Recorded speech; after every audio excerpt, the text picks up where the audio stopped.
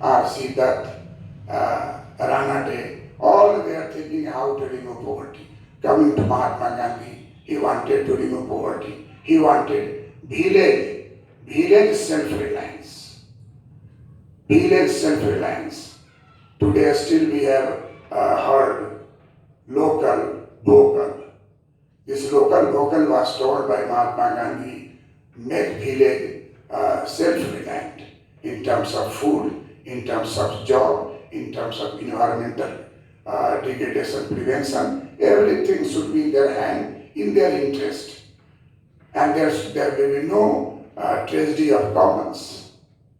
If all villagers know that the free grazing field is to be protected by farmers for the welfare of the cow and other animals grazing there, and there is no chances of overgrazing by them.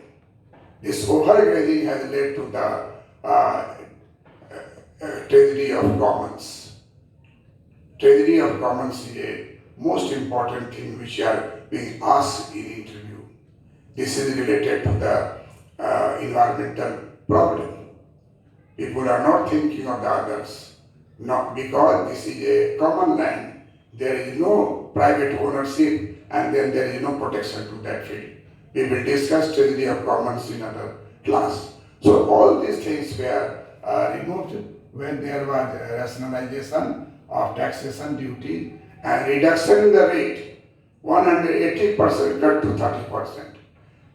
And there was overall change, tax rate, duty, and this has brought about in our country tax collection sharply increased, leading to buoyancy, leading to tax revenue buoyancy. Tax revenue buoyancy means tax buoyancy, buoyancy of the tax collection means 100% collection, which was not being done earlier. There is a more tax payment by the investors, by the people in job, and therefore the total collection tax revenue, tax receipt has increased to too much, which is known as tax buoyancy. Then we find that explicit, 11th is explicit subsidy on food, fertilizer and some essential item was there in before 1991, because from 1774 there was a stress upon the government and political parties in power to Garibi Hatao, and therefore subsidy was given in agriculture. Food subsidy was number one, and then the fertilizer subsidy was subsidy. On the other hand, today, after 1991 post-reform period, we find that there is no change budget subsidy, and on LPG and kerosene, the subsidy is continued. Then the 12th point is frequent state interventions. We all know that before 1991, there was a period of regulation and control. There was a regulation and control, and therefore in every project, a state intervention through inspector that was continued, and this has created a problem in the way of spontaneous growth of any institution, any business in the country. And after 1991, that is 1991 to 2020, there is selective and effective state intervention. State intervention is still in our country prevailing, but the thing that it has changed, it has not been generally used for all industries, all aspects of business. Rather, it is selective and effective. A state intervention was taken into account. So there is a change in the attitude of the government, not the general imposition of regulation and intervention. Rather, selective and effective intervention was done during the period 1991-2020.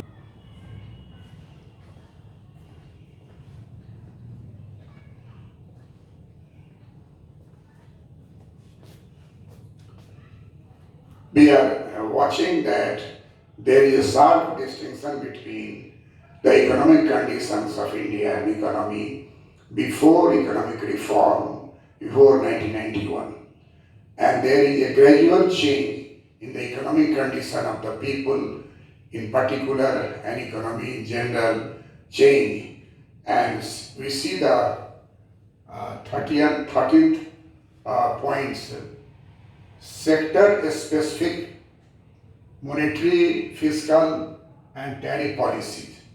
Sector specific monetary, fiscal and tariff policy were generally applied before 1991. And after 1991 to 2020, such type of bias is removed. There is no such type of sector-specific monetary policy, fiscal policy, tariff policy. There is a complete generalization, and the idea of neutrality was adopted in case of sector neutral monetary, fiscal and tariff policy. There was generalized opinion about the sectors regarding the monetary policy, fiscal policy and tariff policy, and not any particular sector is pumped too much and others are neglected. Sector specific policy, monetary policy, fiscal policy, tariff policy were changed into sector neutral monetary policy, fiscal policy and tariff policy. 14th feature of economic reform achievement, success, measurement, quantified in terms of 14th, not much concern for deficit.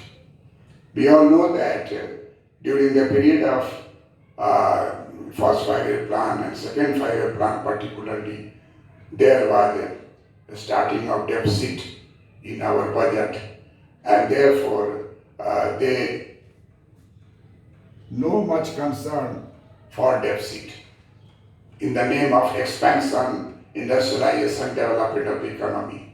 But the 1991-2020, the approach of the government to contain all kinds of deficit, because the economic reform had a fundamental change to control fiscal deficit. We all know that budgetary deficit plus borrowing is known as fiscal deficit. Mind it, budgetary deficit plus borrowing is equal to fiscal deficit. And fiscal deficit plus interest payment to the borrowing, this interest payment is added, then the fiscal deficit plus borrowing is known as budgetary deficit plus borrowing. Budgetary deficit plus borrowing is known as fiscal deficit.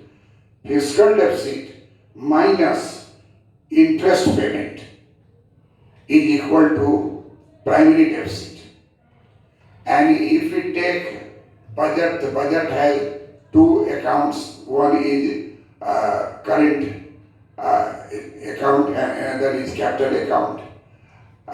One is revenue account and another is capital account. The budget in the classical economics, there was only one account in the budget.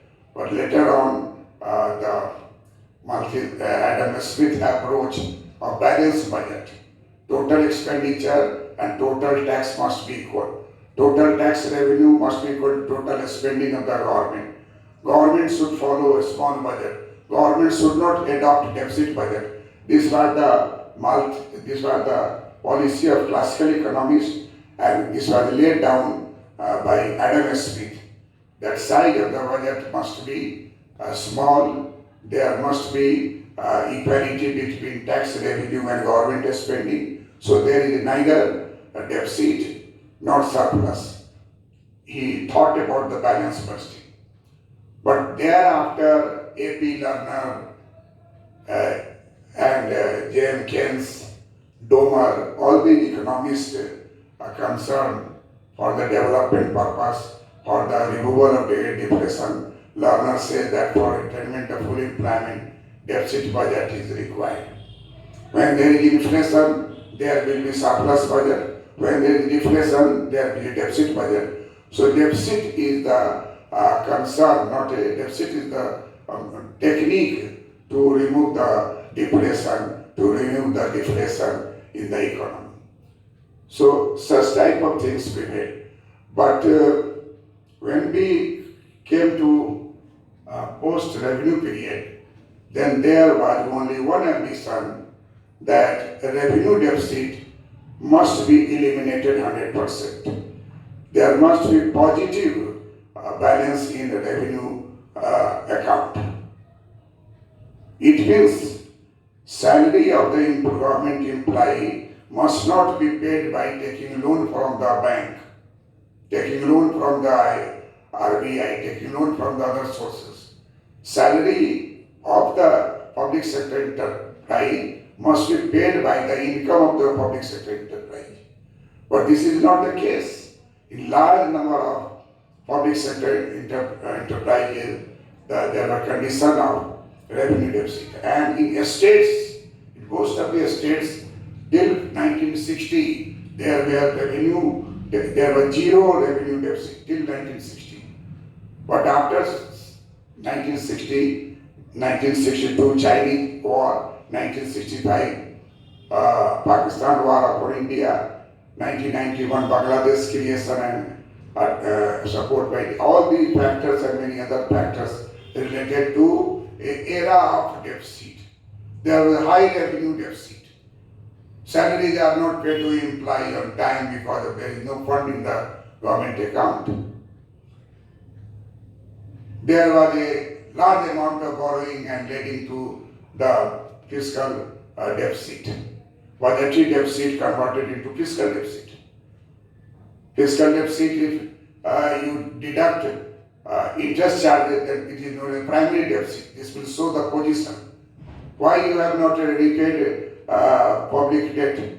Because you had not created sinking fund, and there was creation of sinking fund, but there was no fiscal management. This sinking fund money is utilized elsewhere, and still the country or the state are having deficit of the fund to pay the current salary of the people working in road transport, working in Khadi Gram, working in many public sector enterprises.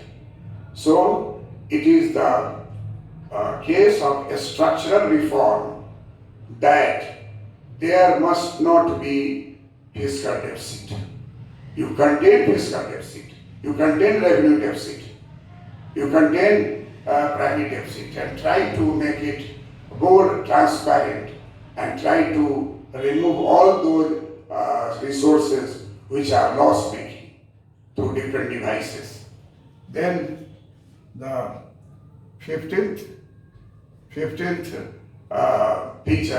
15th condition of the economy before 1991 is known as the hidden technique. One is the hidden technique and one is explicit technique. There was a hidden technique because there was a hidden subsidies on power, subsidies on urban transport, subsidies on public goods. These are hidden. People are not knowing that so much amount of government money invested in public goods like water, like hospital, like road, like railway tickets. So everywhere there were hidden subsidy. But in after reform, post-reform period 1991-2020, it has become more transparent, and there was no change in the subsidy, but subsidy on power, transport, public goods. But user charges are being rationalized and subsidies are targeted. We all know that user charges is related to TPDS, red card holder.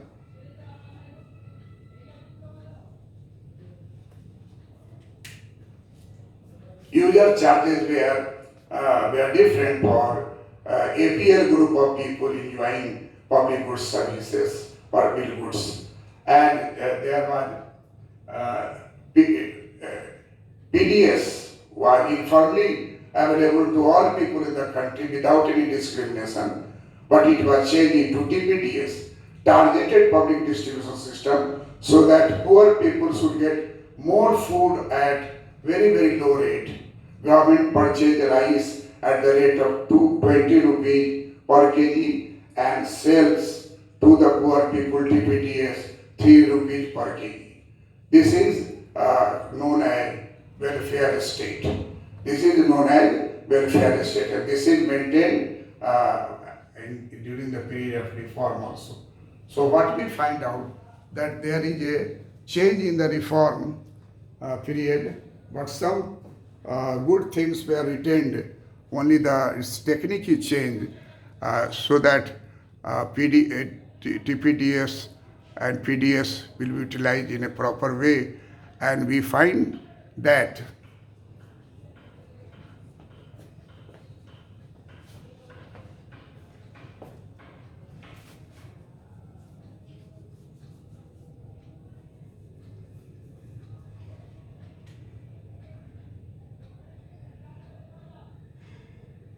TPDS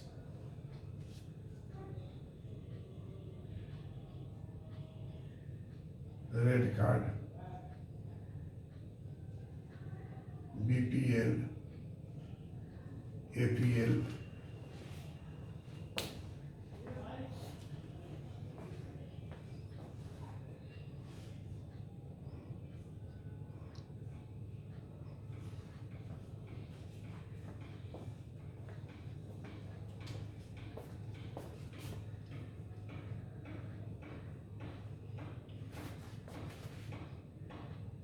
yes, BPL, APL, red card.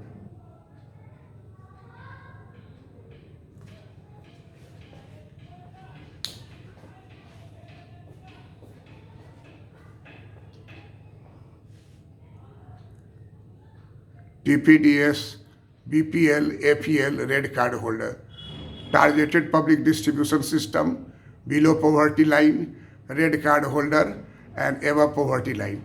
On these, there is use of rationalized method. User charges were being rationalized, and subsidies were targeted in the economy. And therefore, we can say that in the economy, there is a gradual and change in the different sections of the society.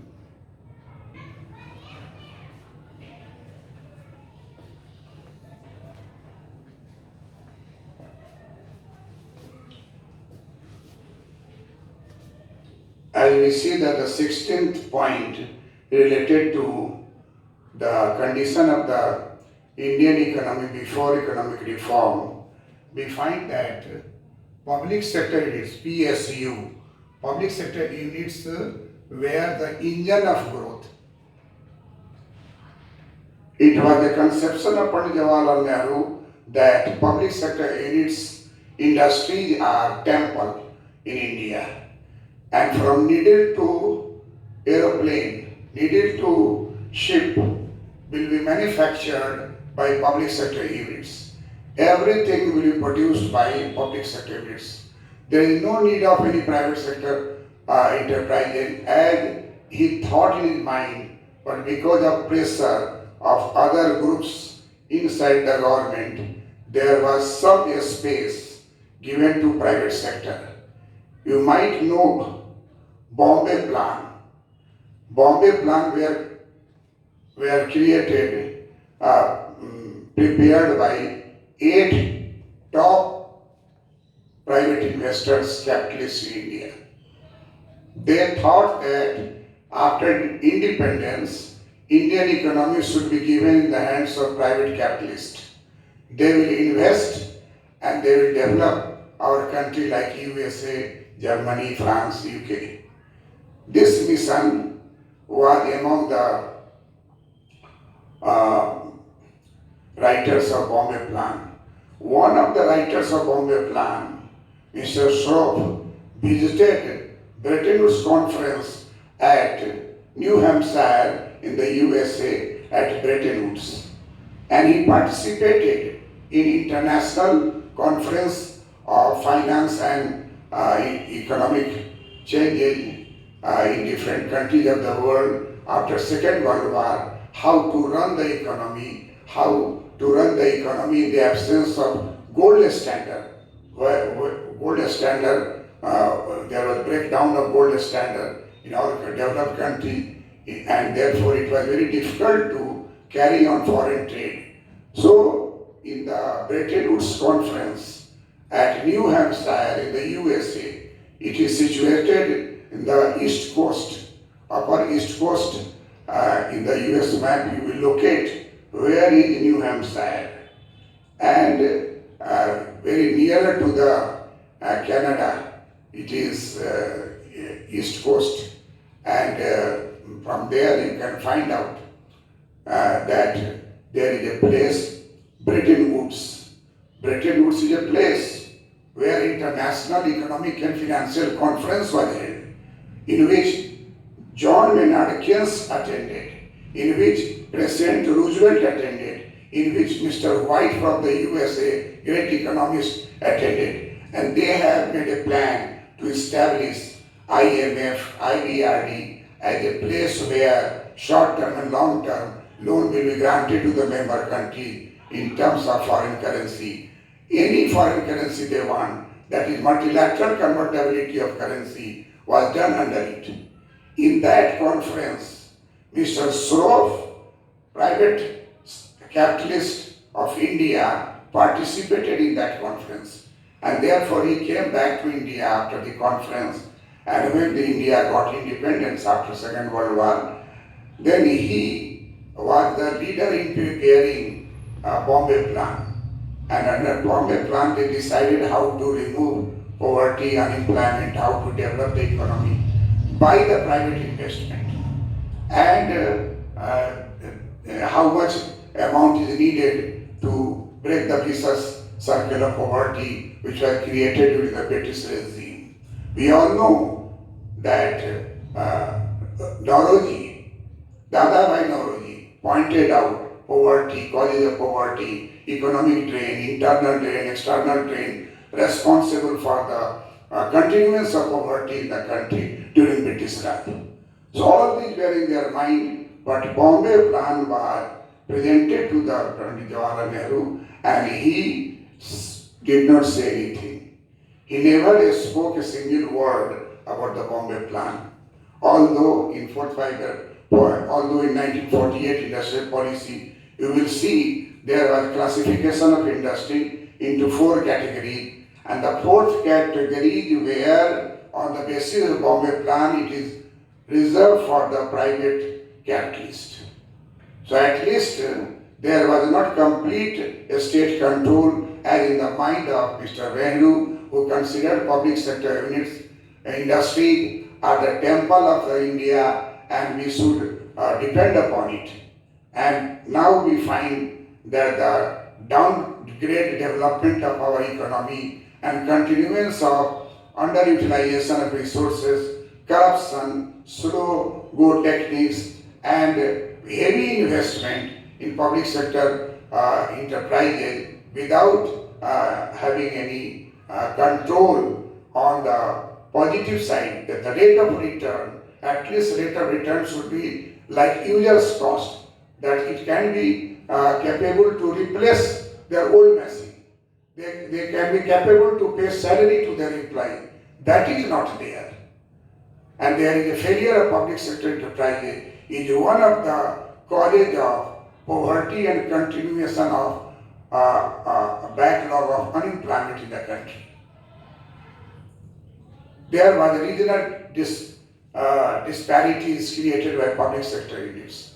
There was no private inclination among the private businessmen to invest money because all four categories, which was the 1948 industrial policy, first, second, third were under government, and fourth was left to the private sector, which were purely consumption goods that were not related to the base of the country.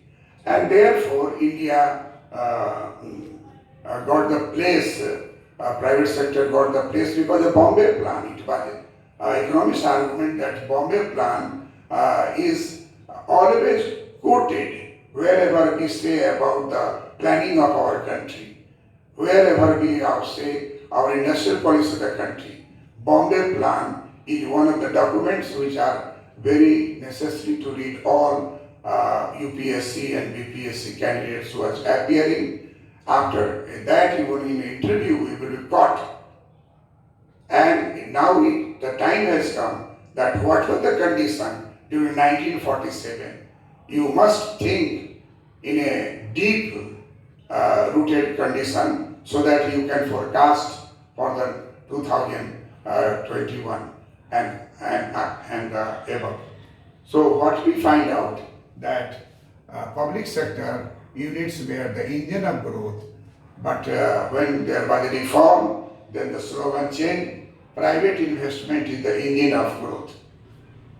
Number 17, end use and sector specific multiple and controlled interest rates were followed before economic reform. That end use and sector specific multiple and controlled interest rate policy were followed, whereas after post-reform period, flexible interest rates without any end use or sector specification, it was granted to the desired person, desired industry, desired businessman.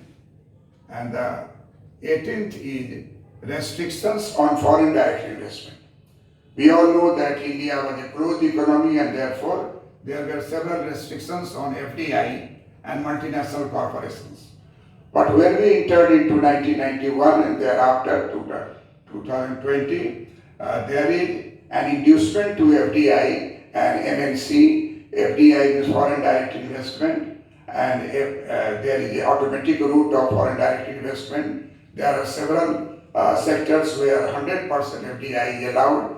In most of them, 49% FDI is allowed, and there are multinational corporations. These are not encouraged, although some multinational corporations existed before 1991. Coca-Cola, IBM, where in 1977 it was used by India till 1977, but in 1977 a new non-Congress government, Janata Party government came into power in India, and there was a ban on license to Coca-Cola and license to IBM. Their licenses were seized, and it was said that local is vocal. Local drinks will be there, not the drinks Coca-Cola multinational company, which take every week, every 15 days, huge amount of dollar from India to USA and to other countries. So it was thought in 1977 that these should be developed in India by local technique, and it is quite popular right from the Mughal history. You read, soft drink was one of the best thing in India, and that turned into Coca-Cola. It was said in 1977, and then the license were rejected. License of IBM was rejected, and that was the period. But in 1991 and 2020, there is just reverse. License were continued to IBM, continued to Coca-Cola. There is free license to and the licensing system were abolished, and therefore an inducement to the FDI and MNC, multinational corporations were frequently being encouraged. Multinational corporations are coming to India under two routes. One is greenfield approach and one is merger and acquisitions. During previous period, before 1991, if there is any entry of MNC, that was under merger and acquisition. But after reform, after 1991-2020, there is a specific mention that PPP model, public-private partnership model, should be developed and greenfield approach will be taken into consideration, which will come and build and then use and then operate and then transfer to the government. So multinational company coming to India will follow the rule of greenfield approach, that is under post-reform period, not the route merger and acquisitions. Today there is a downfall in the stocks, equities of different, and therefore at present market capitalization of many of our economy industry is very, very low. That is not the actual. That is just half because of the pandemic attack, because of the slowdown in the economy. At this moment, merger and acquisition company would try to buy up the whole company.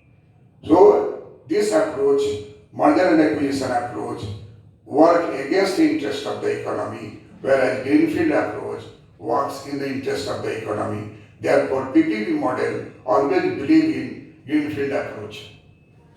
Then the 19th point, state control credit.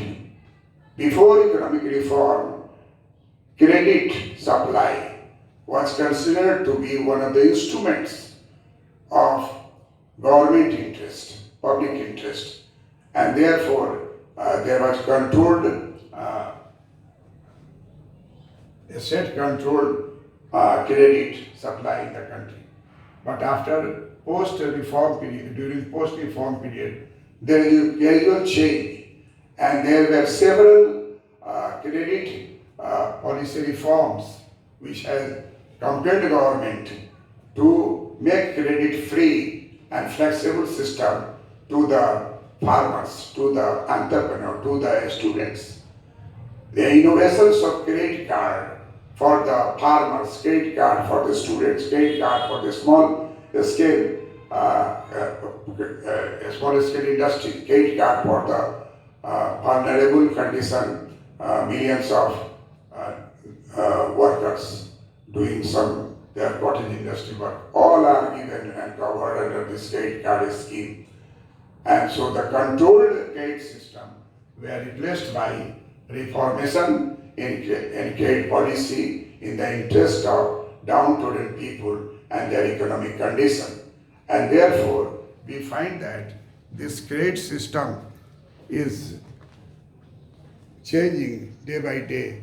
The condition of the banks are such that most of the banks are now under reform, and they are forced to follow credit policy reform.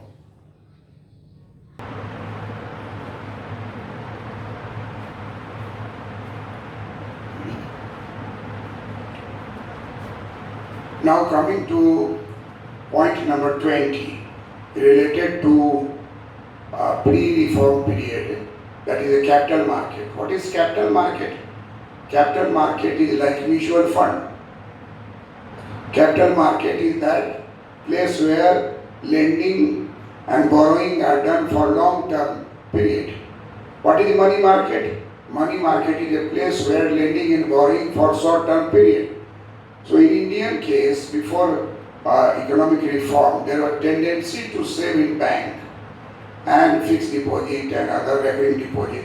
Many people deposit in post offices which are in rural areas and large in number. But they were not interested in investing in shares, bonds, and they are not interested in IPO, which is known as initial public offer, because they are not acquainted with nor there is any mechanism to encourage people to invest in IPO, in shares, equity, bond. The main reason that the bank rate, commercial banks pay 6% plus, 6.7, 6.5, 6.3, 6% interest rate on bank fixed deposit. You will be surprised to note that there is 1% interest in USA and Canada, 2% interest in US and Canada on fixed deposits. No one is interested to deposit in bank. Just because they invest in equities, they invest in bonds, debt market. There are two types of investment in capital market. One is with risk, that is known as investment in shares, that is known to as to buy IPO. But another is that instrument which is known as debt market. If you buy bond, if you buy debt instrument, then you will not be at risk. You will get more than 10% in debt market, whereas in bank you will get 6%. So this type of things are not taken to consideration by many people who have money. Now I think as an economist that we have been teaching for the last several years, and I have taught for the last 50 years, that India has a two economy, parallel economy, one economy, black market economy, and another economy is white market economy. This parallel economy is that economy where money is used, profit is received, but no tax is paid on it. And thereby, when there is tightening of the economy, then many private investors will not come forward who are related to those sectors where there is no such type of GST payment regularly, because that is formal system, formal industry, formal working conditions. Large amount of money is invested where there is no payment of tax at all. And they never try to invest in mutual funds because it is white money and there will be tax on it. There is an inquiry that from where you have got money. These are the conditions. So where there is a corruption, there is a black money, in that country there is no growth of capital market. But recently after economic reform from 1991 to 2020, many young people became the income earner, and young people know computer, young people know many new things which are happening in the economy. Therefore, young people, if they want to invest, they invest in systematic investment plan, a small money every month. They invest in IPO, finding out if it is suitable for him, and they invest in capital market. So there is a growth of capital market. And Security Exchange Board, SEBI, is controlling it. There is some drain out of the money in cheat fund. Non-banking financial corporations cheated many people. So people are very much reluctant to invest in such type of things.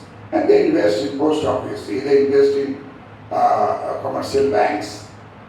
If they are encouraged to invest in capital market through proper training program by the institutions, they will know that there is ups and down. Ups and down is not a new thing. It happens in the body also. Blood pressure will be different in morning, different in daytime, different in night time. Likewise, economy faces such type of things. We all know, and the analysis is coming, that last 100 years, if you take into account, that there was 1920 when there was such type of a Spanish influenza pandemic.